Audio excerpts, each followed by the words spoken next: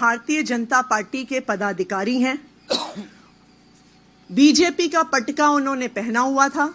वो हमारे कार्यकर्ताओं के पास आए, गाली गलौज किया, उनके हाथों से स्टिकर छीने, उनके हाथों से पैम्फलेट छीने और वहां पर गाली गलौज करने के बाद आम आदमी पार्टी के पर्चों को जलाया और आम आदमी पार्टी के स्टिकर्स को जलाया। 19 जनवरी 2025 गोविंदपुरी गली नंबर 3 में दीपा सिंह जी नाम की आम आदमी पार्टी की एक कार्यकर्ता हैं। उनको रात को 11:40 पर रमेश बिधूड़ी जी का व्हाट्सएप पर कॉल आया। 9811039678 फोन नंबर से रमेश बिधूड़ी जी ने दीपा जी को कहा कि तुम पहले भारतीय जनता पार्टी में होती थी कई साल पहले, तो वापस आ जाओ। जब उन्होंने मना किया और कहा कि हम तो अब आम आदमी पार्टी में हैं, आतिशी जी के साथ हैं, तो बिधूड़ी जी ने कहा ये आतंकवादियों की पार्टी है। 8 तारीख के बाद आतिशी जेल जाएगी, उसको अंदर करवाऊंगा और साथ में तू मेरे साथ बाहर नहीं निकली तो तुझे भी अंदर करवाऊंगा 8 तारीख के बाद। ये रमेश बिधूड़ी जी ने खुद फोन करके आम आदमी पार्टी की एक महिला कार्यकर्ता को धमकी दी। 19 तारीख को ही गोविंदपुरी गली नंबर 5 में हमारे एक कार्यकर्ता का रिश्तेदार अंकित गुप्ता दिल्ली के बाहर से आया हुआ था, डोर टू डोर प्रचार कर रहा था।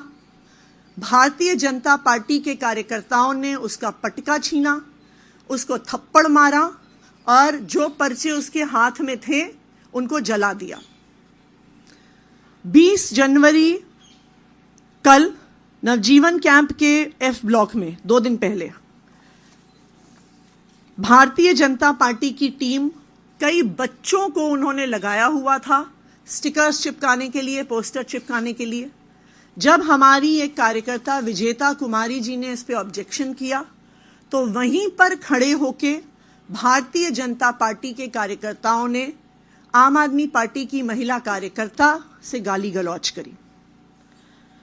कल ये भी 20 तारीख को 1 नंबर गली गोविंदपुरी में, और इसकी कल मैंने शिकायत भी करी इलेक्शन कमीशन के ऑफिसर से, मनीष बिधूड़ी जी जो कहते हैं कि वो रमेश बिधूड़ी जी के भतीजे हैं, इन्होंने हमारे कार्यकर्ताओं के साथ गाली गलौज किया और कहा घर बैठ जाओ वरना हाथ पैर तोड़ देंगे।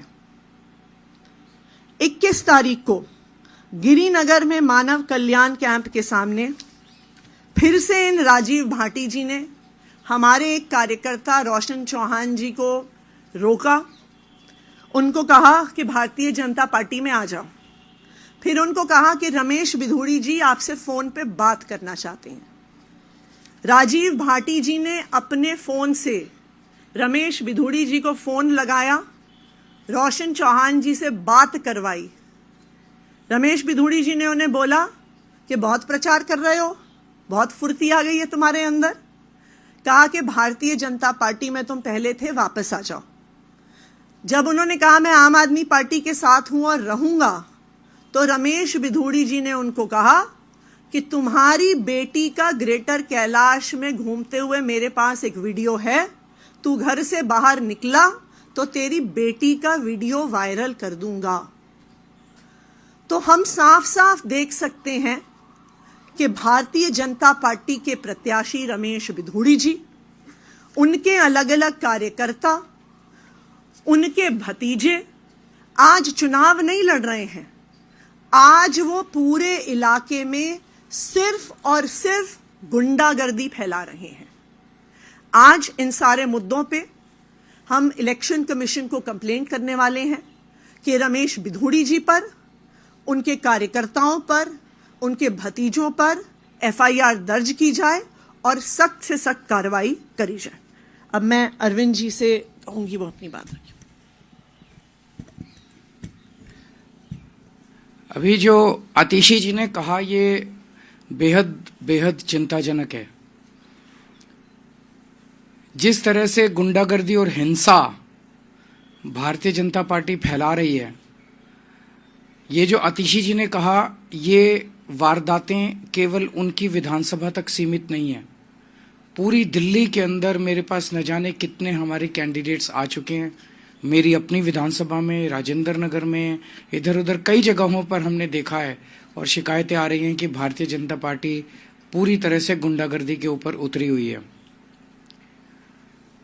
कोई भी पार्टी या कोई भी कैंडिडेट हिंसा क्यों करता है? उसे हिंसा करने की जरूरत क्यों पड़ती है? वो तभी हिंसा करता है जब वो देखता है कि बाकी अन्य अहिंसात्मक तरीके से, शांतिपूर्ण तरीके से उसका जीतना असंभव है। जब उसके पास कोई नैरेटिव नहीं होता, जब जनता उसके साथ नहीं होती, जब जनता उसकी बात नहीं सुन रही होती, तब वो फिर हिंसा पे उतारू होके येन केन प्रकारेन वो चुनाव जीतने की कोशिश करता है। आज दिल्ली में भारतीय जनता पार्टी की यही हालत है। पूरी दिल्ली में भारतीय जनता पार्टी अपनी ऐतिहासिक हार की तरफ धीरे धीरे, या मैं कहूँ तेजी से बढ़ती जा रही है। ये हार ऐसी होने वाली है भारतीय जनता पार्टी की, शायद भारतीय इतिहास के अंदर लिखा जाएगा कि एक पार्टी थी जो इतनी बुरी तरह से हारी। उसकी वजह से अब इसकी कमान अमित शाह जी ने संभाल ली है केंद्र में, और पूरी दिल्ली पुलिस को कानून व्यवस्था से विड्रॉ कर दिया गया है। और पूरी दिल्ली पुलिस को विड्रॉ करके उनको केवल और केवल भारतीय जनता पार्टी के चुनाव प्रचार में करने में, पूरी दिल्ली पुलिस अब भारतीय जनता पार्टी का चुनाव प्रचार कर रही है। और चुनाव प्रचार कैसे कर रही है? भारतीय जनता पार्टी के गुंडों को गुंडागर्दी करने में संरक्षण देते हैं या फैसिलिटेट करते हैं, पार्टिसिपेट भी करते हैं।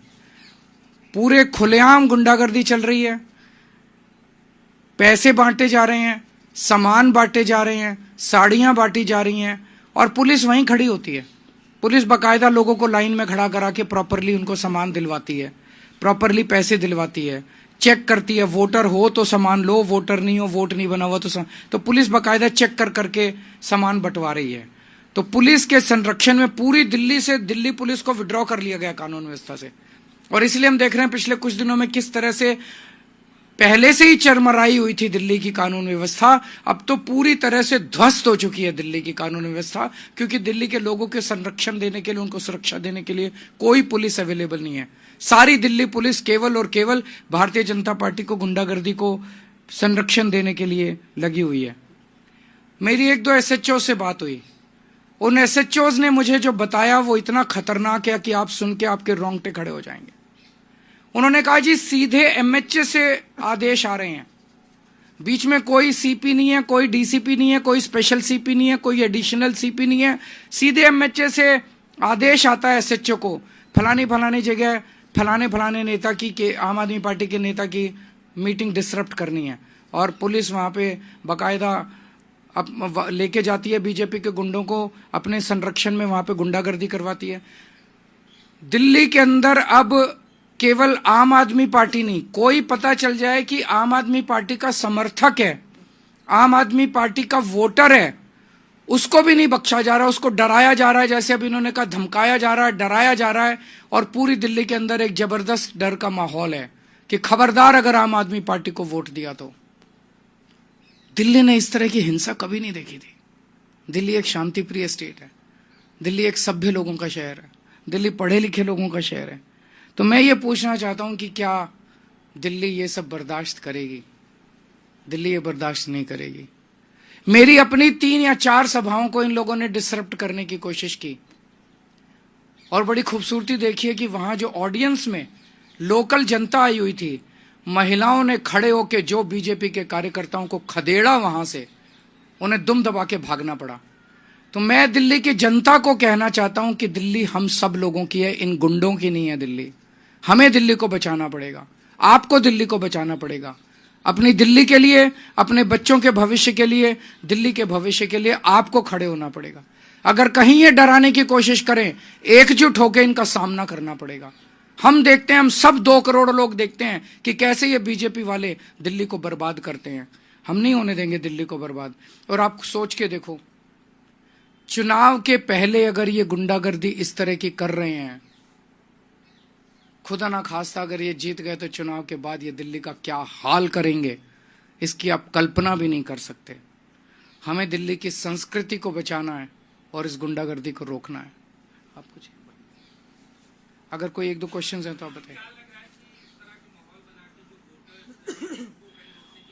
वो बिल्कुल रोकने की कोशिश की जा रही है। मुझे ये डर है कि चुनाव वाले दिन वोटर्स को वोट डालने से रोका जाएगा। मुझे मतलब मैंने बताया, बीजेपी अपनी शायद 2015 की जो हार थी, 3 सीट आई थी, उससे भी ज्यादा बुरी हार इन लोगों की होने वाली है। इस बार बहुत बुरा हाल होने वाला है। और जितनी गुंडागर्दी ये कर रहे हैं उतने वोट इनके कम हो रहे हैं, उतने वोट। जनता ये पसंद नहीं करती। जनता कहती है भाई आप अपना काम बताओ, काम इनके पास है नहीं गिनाने को। जनता कहती है आप अपना विजन बताओ, विजन ये कहते हैं मोहल्ला क्लिनिक बंद कर देंगे, दिल्ली के स्कूल बंद कर देंगे, दिल्ली के। जनता को ये सब, इनका एजेंडा पसंद नहीं आ रहा जनता को।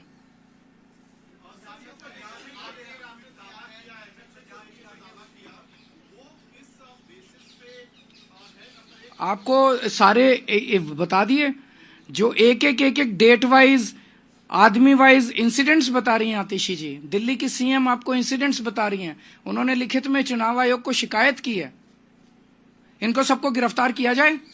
जिन जिन लोगों का नाम अभी आतिशी जी ने लिया, अगर चुनाव दिल्ली में निष्पक्ष होने हैं, कम से कम चुनाव तक इन लोगों को गिरफ्तार करके अंदर रखा जाए। अदरवाइज तो ये खुलेआम है कि पुलिस तो हमारी है। जब सैया भय कोतवाल तो डर काहेगा।